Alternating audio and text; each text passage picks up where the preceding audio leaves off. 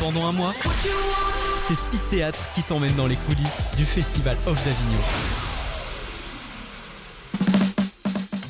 De retour sur Speed Radio pour une nouvelle session théâtre et je suis en compagnie de Sylvie Debras et Mélanie Manuelian pour la pièce de théâtre intitulée Grosse avec un point d'exclamation qui est à l'affiche du théâtre des Trois Soleils à 13h15. Alors racontez-nous un peu l'histoire de ce spectacle. Alors bonjour à vous tous déjà, toutes et tous, ici autour de la table et puis derrière le poste. Alors Grosse, ça va vous étonner, l'histoire d'une grosse. Elle s'appelle Léa et quand elle est petite fille, elle a 13 ans, c'est une gosse sportive, musclée, donc lourde. Et sa mère trouve que ça serait bien qu'elle soit plutôt filiforme, qu'elle soit plutôt une jeune fille de bonne famille, de salon. Et elle va la mettre au régime avec des amphétamines pour faire bonne mesure. Et puis elle va ajouter au fil des années d'autres régimes, d'autres médicaments. Et finalement, Léa va vivre un choc psychologique lorsqu'elle a une vingtaine d'années. Et alors, elle était simplement musclée et charpentée. Et là, effectivement, elle va devenir une grosse jeune femme. Et elle va passer le reste de sa vie à se battre contre son propre poids. Alors, c'est une pièce qui a certains côtés un peu difficiles, parce que c'est pas si évident que ça de se battre contre soi-même pendant une vie. Mais on a traité la pièce de façon un peu drôle aussi, parce que vraiment, on peut rire de tout. Donc il y a une petite couche d'autodérision. Il y a de la dérision, il y a il y a des petits pics qu'une grosse peut s'adresser à elle-même, effectivement. La preuve d'ailleurs que le texte est drôle, c'est que je suis une des 15, je crois, autrices et auteurs à avoir le soutien du fonds SACD Humour Avignon Off. Le fonds SACD, c'est le fonds des auteurs. Et donc, ils ont estimé que la pièce était assez drôle pour être soutenue comme un texte d'humour. C'est de l'humour, ça n'est pas que de l'humour, loin de là. Les premiers spectateurs ont dit que c'était aussi très émouvant parce que ça rappelle beaucoup de choses à beaucoup de gens. Que ces gens soient des femmes ou des hommes, que ces gens soient des gros ou des pas gros. Il est question aussi d'une certaine maltraitance dans l'enfance. Il est question aussi des dictates de la société quant à notre apparence. Et là, ces dictates, ils sont valables pour les femmes, bien sûr, et beaucoup, mais aussi de plus en plus pour les hommes. Est-ce qu'on convient ? Est-ce qu'on ne convient pas ? Est-ce qu'on convient à ses parents ? Est-ce qu'on ne convient pas à ses parents ? Est-ce qu'on convient à la société ou pas ? C'est toutes ces questions-là qui sont posées dans ce texte qui n'est pas qu'un texte d'humour, mais qui est aussi un texte d'humour. Alors comment mêler message politique, parce qu'il y a un message politique quand même derrière tout ça, et humour finalement, enfin légèreté on va dire. Alors c'est un texte effectivement qui est écrit sans lourdeur, bien que ça parle du poids. C'est un texte qui est éminemment politique et je suis contente que vous disiez le mot parce qu'il est question aussi de ce que la société nous impose en termes de régime, en termes de produits et de prestations amaigrissantes qui forcent les gens à maigrir, puis à regrossir, puis à maigrir, puis à regrossir. Et ça fait du fric. Et derrière cette manipulation, il y a la santé des gens. Ce qui rend les gens malades, ce n'est pas le surpoids. Un léger surpoids, au contraire, ce serait plutôt bon pour la santé. Et d'ailleurs, lorsqu'on a les femmes qui arrivent à la ménopause, elles doivent s'arrondir un peu pour bien vivre la vieillesse. Le surpoids, c'est bon pour la santé. Ce qui est vraiment délétère, c'est maigrir, regrossir. Et c'est ça que la société nous vend. Ce qu'elle nous vend aussi, c'est qu'elle nous complexe. Les femmes en particulier, on ne convient jamais. Celle-là, elle a une taille de trop et elle en est malade. Celle-là, elle a les cheveux pas assez comme ci, pas assez comme ci, pas assez comme ça. Celle-là, elle a le nez trop comme ça. Et on est discrédité. Se sentir discrédité, c'est terrible. Et c'est ça qu'on est, toutes. Et beaucoup de femmes et beaucoup d'hommes aussi. On est discrédité par ce diktat, par cette tyrannie de l'apparence. Cette tyrannie de l'apparence, c'est un moyen moderne d'inscrire la domination masculine dans la chair des femmes et de plus en plus dans la chair des hommes. C'est-à-dire que vous devez convenir. Et tout est bon pour que vous ne conveniez pas. C'est contre tout ça qu'elle est en révolte, Léa. Alors au début, il y a une pièce un peu intimiste. Elle est dans sa salle de bain, donc dans sa salle de bain, elle se sent autorisée à tout. Ça va assez loin, ça reste très pudique tout de même. Et puis, il va se passer quelque chose et ça va basculer. Et là, elle va passer de la Léa de sa salle de bain à la Léa de l'espace public et elle va dire en public ce qu'elle a envie de dire au public. Et je crois que c'est ça qu'on a voulu faire, la metteuse en scène et moi-même. Elle est là, d'ailleurs, elle dira si ça correspond bien à ce qu'elle a voulu faire. Mais c'est vraiment une pièce en 2 temps. C'est une pièce où il y a à la fois des instants poétiques, des instants joyeux, parce que Léa, la personnage de la pièce, est une personne joyeuse, gentille, un peu midinette. Et puis, il y a des instants d'information, où on va retrouver la Léa qui tire son inspiration de Sylvie la journaliste et l'autrice, dire qu'il y a énormément d'informations, mine de rien, sur les gros, qu'est-ce que c'est que d'être gros, combien il y en a, pourquoi on ne les voit pas dans l'espace public, etc. Et comment les régimes sont vraiment délétères pour la santé. Ça, c'est quelque chose que Sylvie, l'autrice, voudrait faire entendre, c'est que, surtout, jeune fille, petite fille, a fortiori, femme, arrêtez ça, arrêtez ces régimes à répétition, parce que c'est ça qui vous tue, qui vous tuera à petit feu. C'est un cri de prévention, et puis que ma vie de grosse, à moi, elle serve aux autres aussi. Je peux vous dire cette expérience-là. Visiblement, je suis experte en amaigrissement. On verra si l'apparence dit que je suis une experte en amaigrissement, si ça a bien réussi ou pas. Je laisse la surprise à ceux qui viendront nous voir. Nombreux, bien sûr. Bien sûr, et puis c'est vrai que c'est un sujet assez paradoxal, la grossophobie, on peut vraiment appeler ça comme ça, parce que d'un autre côté, on dénigre les personnes en surpoids, mais d'un autre côté, on va avoir des publicités qui vont nous rappeler la malbouffe, et on va avoir des publicités qui vont rappeler que le corps des femmes, faut qu'elles soient comme ça. Donc c'est un sujet, des fois, qui est légèrement mis sous le tapis, mais en même temps extrêmement montré du doigt. C'est ça qui est très paradoxal. Alors la grossophobie, on en parle dans la pièce, même si le mot n'est pas dit. On en parle parce que Léa va en être victime aussi, elle aussi. Et puis elle pense surtout, la personnage de la pièce, aux gamines. Les gamines un peu rondelettes et puis déjà très complexées. Les gosses un peu trapus, puis qui vont aussi s'affiner sans doute en grandissant.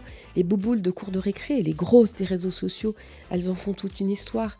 Et ça peut se terminer très mal. Chaque année, il y a des collégiennes qui vont jusqu'à se donner la mort parce qu'elles sont traitées de grosses.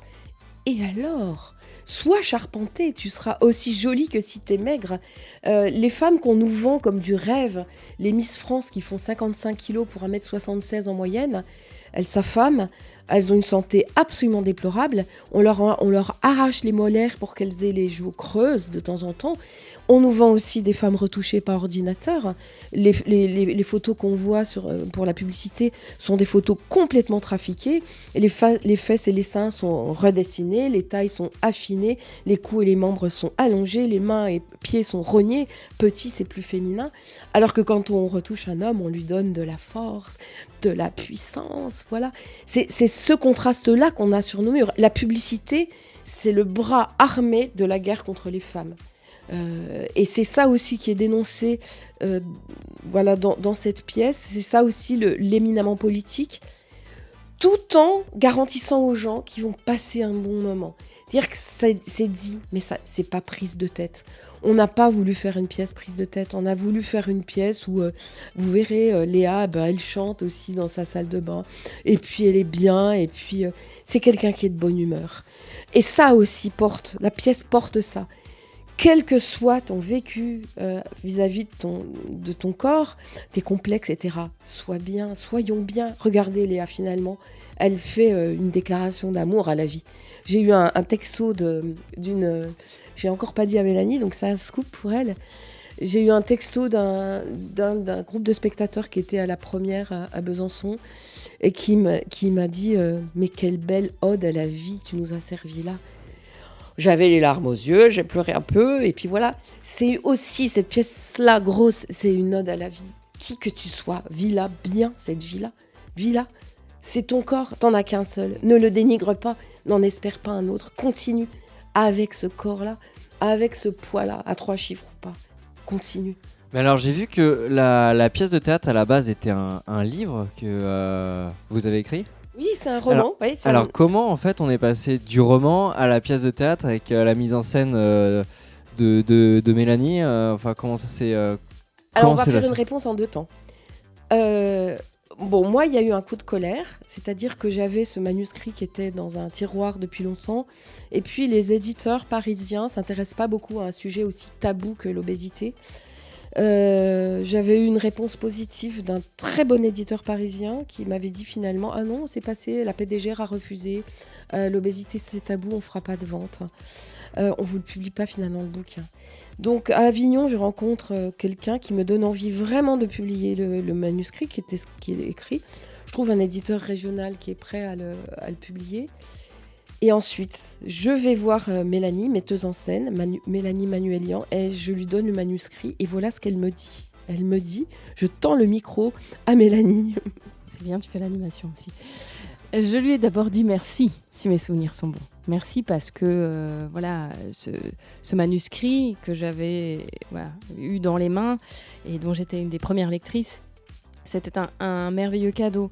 À la fois parce que il a une dimension vraiment universelle et que chaque personne qui lit ce livre forcément va s'identifier à un moment ou à un autre à certaines des situations. C'est un personnage qui est extrêmement touchant, cette Léa. Et puis il y avait quelque chose effectivement dans la façon dont elle s'adresse, dans la façon dont elle parle. Il y avait quelque chose d'extrêmement théâtral. Et donc bien sûr que on pouvait adapter ce roman à la scène. Donc voilà, j'ai d'abord dit merci parce que c'était un beau cadeau. C'est aussi un beau cadeau parce que ce personnage, quand même, est issu en grande partie de l'autobiographie de Sylvie. Donc c'est aussi quelque chose de très touchant, ça, d'entendre les faces peut-être un peu plus cachées chez quelqu'un qu'on connaît. Et puis, ce qui est très beau aussi, c'est que on peut vraiment reporter...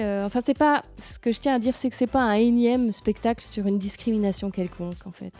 Il y a effectivement l'aspect léger, poétique de l'écriture, mais il y a aussi de vrais moments de vérité qui sont très touchants et qui, pour moi, justement, justifient la présence de ce texte-là sur une scène, parce que ce sont de vrais moments théâtraux. Et cette pièce de théâtre, elle a été...